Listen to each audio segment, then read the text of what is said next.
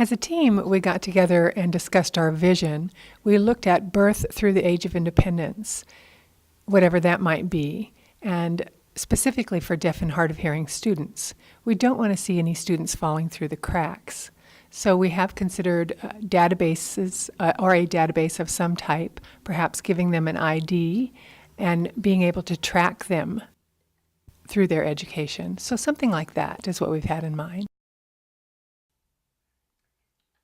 Arizona is very unique.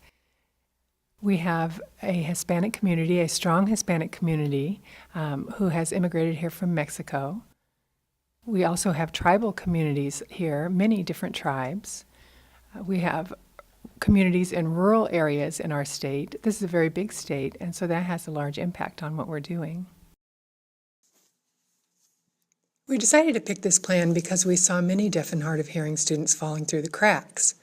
For example, if I would go to speak with an individual who is deaf and hard of hearing, I realized that often they didn't know about vocational rehabilitation services or Arizona Commission for the Deaf and Hard of Hearing. There are a lot of resources there, a lot of information there, but they didn't have that, and I didn't know where they'd been. Several different agencies were noticing the same thing, and so that's why we decided to pick this plan.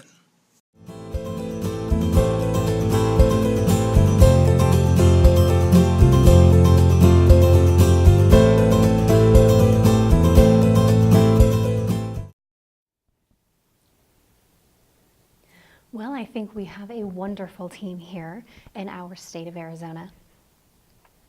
We have a variety of representatives from various state agencies, including Voc Rehab and my agency, who represents the community.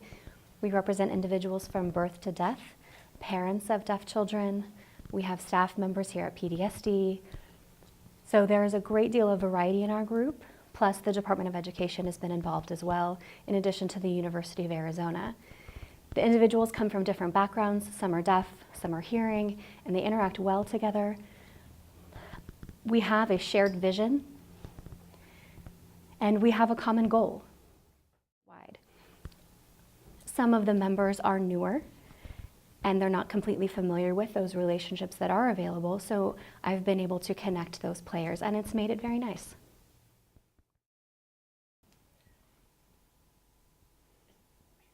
As I mentioned, we have a variety of team members. Some are newer to the stage, and some have been around for quite a long time. The pace, I think, is based completely on timing. The timing was perfect. We had the right players on board. We had the right people with the right attitudes involved. We had a great deal of conversation and were able to open some doors. For example, the Department of Education had been a struggle for many years until we were able to bring another member onto the team who opened many doors because she understands it. She's very supportive. And then we have the Department of Economic Security, which houses the Voc Rehab program. We have a great person on board who came in at the right time, and she also happened to be on several boards, so she gets it as well. I'm referring to Sue Kay. Having those relationships and having staff members involved that understand means that we have key players in education, in DES, and we were able to build relationships with those key players and share information and create interagency agreements. That opened many doors. Plus my involvement with early intervention and childhood hearing screening on a long-term basis has meant that we've been able to collect data from infants and young children with hearing loss. We were able to link those components of birth to school-age children and now transitioning into VR. Connecting those components, as I said, has opened many doors, and now we're talking about how to transfer and share that information through the various age groups. We've never been able to have that conversation before.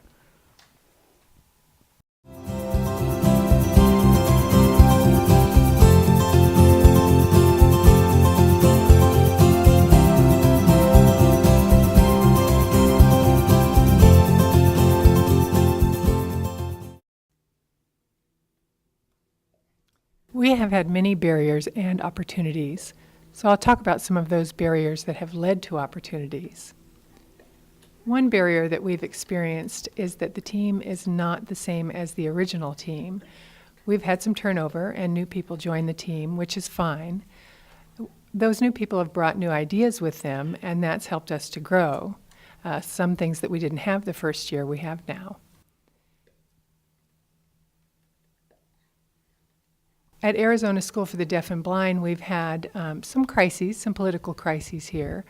And so we have had a bit of a struggle, but that has been fine. We've worked to continue to move forward and change things for the better, so we'll see how it goes. The third barrier is that there are different agencies who are here in the state are not all on the same page. There's no overlap between those agencies. Some agencies are functioning on their own. Other agencies are doing things in a different manner. And so we see sometimes double and triple work where we'd like to see partnership between those agencies. On the team, we see that different people can take different responsibilities and then go back to their agencies and make that happen and then come back to the team and have something in place. So that's been a great thing to have. We have had some unexpected outcomes come up for us, yes, and I'll talk about some of those. RSA, or Rehabilitation Services Administration, and the Commission for the Deaf, Arizona Commission for the Deaf and Hard of Hearing, as well as the school, Phoenix Day School for the Deaf, and Arizona State School for the Deaf and Blind, have gotten together to discuss what was missing, what the problems were, and talk about what we needed. From there, we came up with the idea of having a job fair specifically focused on deaf and hard of hearing youth. In the past, we had job fairs that were for all different disabilities, but this job fair has been focused on deaf and hard of hearing youth, and that's been really nice. Another thing that we've decided was to work collaboratively. For example, RSA has gotten involved with the high school students before they graduate to monitor them, to see what they needed. And then when they were ready to graduate, the transition was smoother. In the past, we didn't have those services before the students graduated. And then once they graduated, there was some confusion about what services were available to them. So now that that's in place, the transition has been smoother.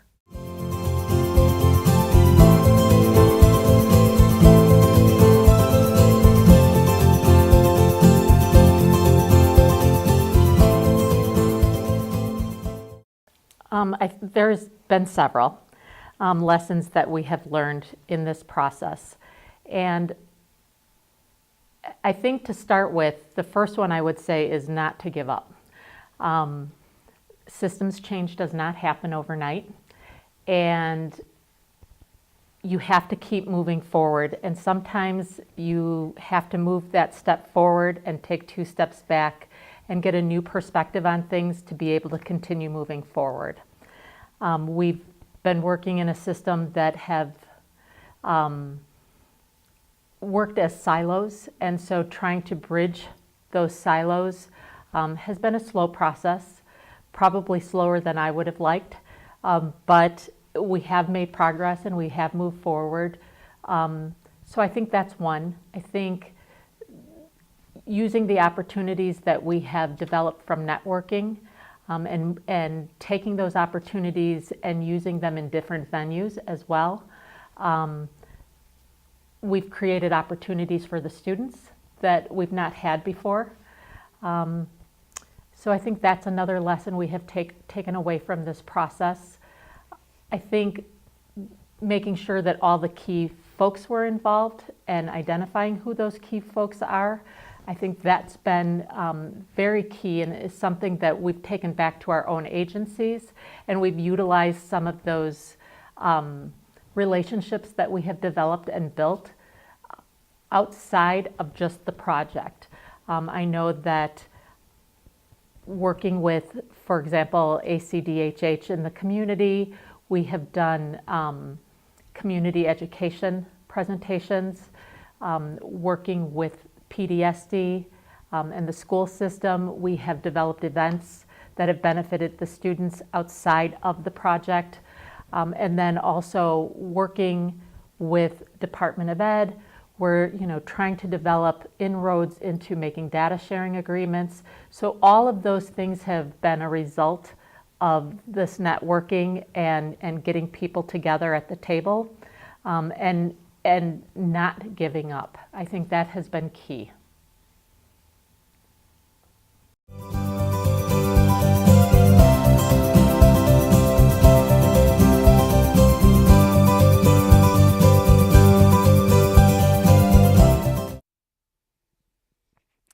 Wow, what works the best for our team?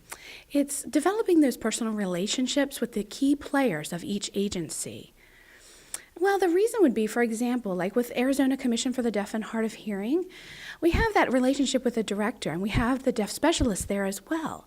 And it helps with our students to get connected. You know, they have a field trip there and they would learn more about their referral system and the information that they have. The interpreter regulations as well. It is important for them to know their rights as consumers. Also, they have an equipment program distribution, and our students can benefit from that as well.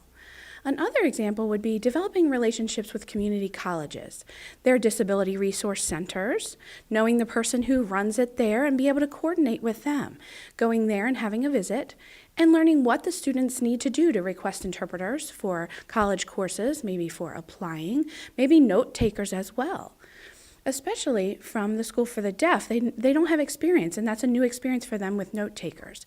The registration process and what that looks like, and taking a tour of the campus. Those are some examples. Also, we have a relationship with VR, and that's under Rehabilitation Services Administration. We have the Transfer to Work program, and that's connected with VR as well. And that has really helped because we have 2 VR counselors that come to our campus about twice a week. And what they do, they meet with the students and interact with them and help them plan and prepare for life after graduation. And also, by having that relationship, we're able to reduce the time between the application to the determination of eligibility. So services are able to be provided a lot faster in that process. We have developed a relationship with the Department of Education in Arizona, trying to find out where the mainstream students are. We are a large state and very rural, so we're trying to reach out to them. And we have noticed that improvement in the outreach for those mainstream students all over the state. So those services can be provided for them as well. So we realize that it is very important, it's very key to develop those personal relationships with those key people within each agency.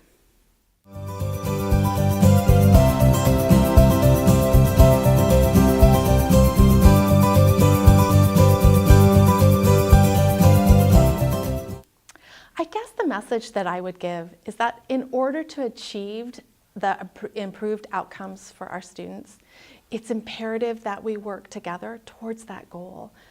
This work is hard. It takes great commitment from everybody involved, all stakeholders. Everyone must have a willingness to collaborate and establish those lasting partnerships. Individually and collectively, we must have the courage to stretch and grow beyond our comfort levels. On behalf of all of the students and our young adults, we've got to work to continue this until our goal is reached. One of my favorite quotes from Helen Keller, I believe, captures the message that we want to give to everyone. Alone we can do so little, but together we can do so much.